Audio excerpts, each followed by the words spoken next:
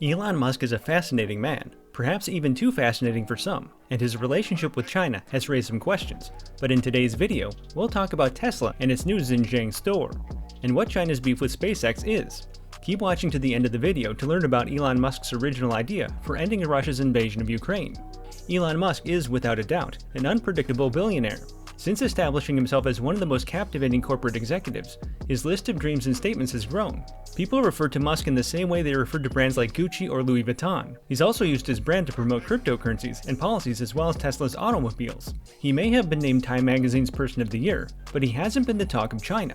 Despite outlining major plans for the country and releasing electrification models that would help Beijing gradually transition to an electric form of transportation, Elon Musk's recent endeavors have sparked outrage. So, what has Elon Musk done to face the backlash? After building a showroom in Urumqi, the capital of China's Xinjiang province, where Chinese forces have waged a crackdown on Uyghurs, Tesla garnered criticism from campaigners. The vehicle firm recently announced the inauguration of the new showroom on Weibo, China's social media network, with the statement, "Let's start Xinjiang's all-electric trip." According to the Associated Press, Muslim activism organizations reacted angrily to the decision. This occurred at a time when US President Joe Biden signed legislation aimed at preventing commodities created by Uyghurs and other Muslim ethnic groups compelled to work in the Xinjiang province from entering the US. In addition, White House Press Secretary Jen Psaki declared a U.S. diplomatic boycott of the Beijing Olympics in early December, alleging ongoing genocide and crimes against humanity in Xinjiang. What exactly is China's gripe with SpaceX? There have been calls for penalties on Elon Musk's company after charges that its satellites risk the safety of China's space station.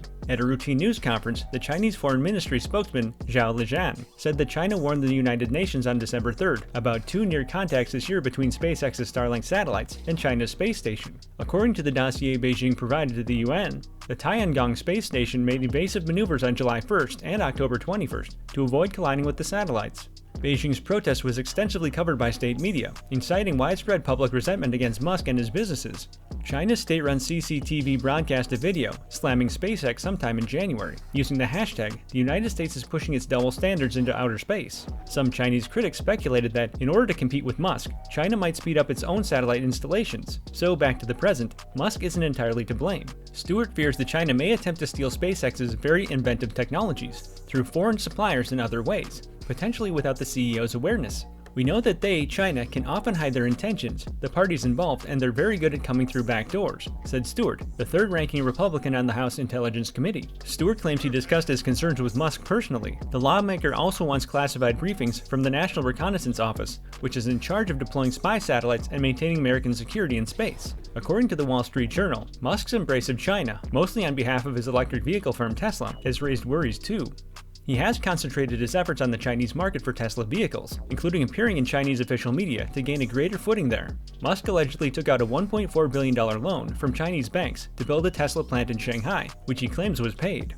On the other hand, Musk's relationship with China hasn't always been smooth. He has also had to deal with repeated Tesla recalls in China, totaling over 300,000 vehicles, because of worries about the cruise control technology. Although China is interested in Tesla's technologies, like its batteries, Stewart and other politicians are primarily concerned about SpaceX. According to Stewart, Chinese operatives made covert attempts, which were finally refused, to get access to SpaceX as a third-party investor. He says, "We have no reason to assume there's anything malicious going on here. We don't believe SpaceX wants or would willingly trade its technology in any manner, and they've been good American citizens here." Senator Marco Rubio, Republican Florida, has also chimed in and recently proposed legislation prohibiting NASA and the Department of Commerce from engaging with companies that have links to the Chinese Communist Party suppliers. Stewart, for one, believes that new laws will not necessarily address his worries. Are Tesla and SpaceX the only companies with such problems? American firms have recently come under a lot of pressure to take a stand on topics like Taiwan, Hong Kong, and the persecution of Uyghurs, both from Western organizations and consumers, as well as from the Chinese government. Walmart was criticized by China's anti-corruption agency after it withdrew Xinjiang-made items from its China-based shops and Sam's Club. The agency stated in a statement that the corporation had no justifiable cause to cease selling items from a certain location, and that the choice was stupid and short-sighted. Because China is Walmart's second-largest international market, they must demonstrate sufficient sincerity and attitude, accept the facts, discern right from wrong, respect China's values, and respect Chinese residents' sentiments, the agency noted. If not, Chinese citizens and consumers will fiercely reply through their actions. Before Walmart's incident, Intel had apologized to the Chinese people for sending a public letter to its suppliers, requesting them not to source from Xinjiang. After Hennes and Mauritz AB's H&M decided to halt sourcing from China's Xinjiang area in March of last year. The Swedish apparel brand's presence was erased from China's leading e-commerce, ride-hailing, daily deals, and map applications. So you might be wondering what Elon Musk's original idea was to stop Russia from invading Ukraine. Elon Musk, the CEO of Tesla and SpaceX, has already increased his support for Ukraine, which Russia has been invading for about a month. Since Russia invaded Ukraine on February 24th, the billionaire has distinguished himself as one of Ukraine's most ardent supporters. The South African-born businessman supplied Starlink terminals made by his other space company, SpaceX, to allow Ukrainians to access the internet despite the Russian bombing. He also provided generators to cities that had been damaged by the Russian army, and he never stopped sending words of support to Ukraine. Tesla will also continue to pay conscripted Ukrainian employees throughout Europe, the Middle East, and Africa.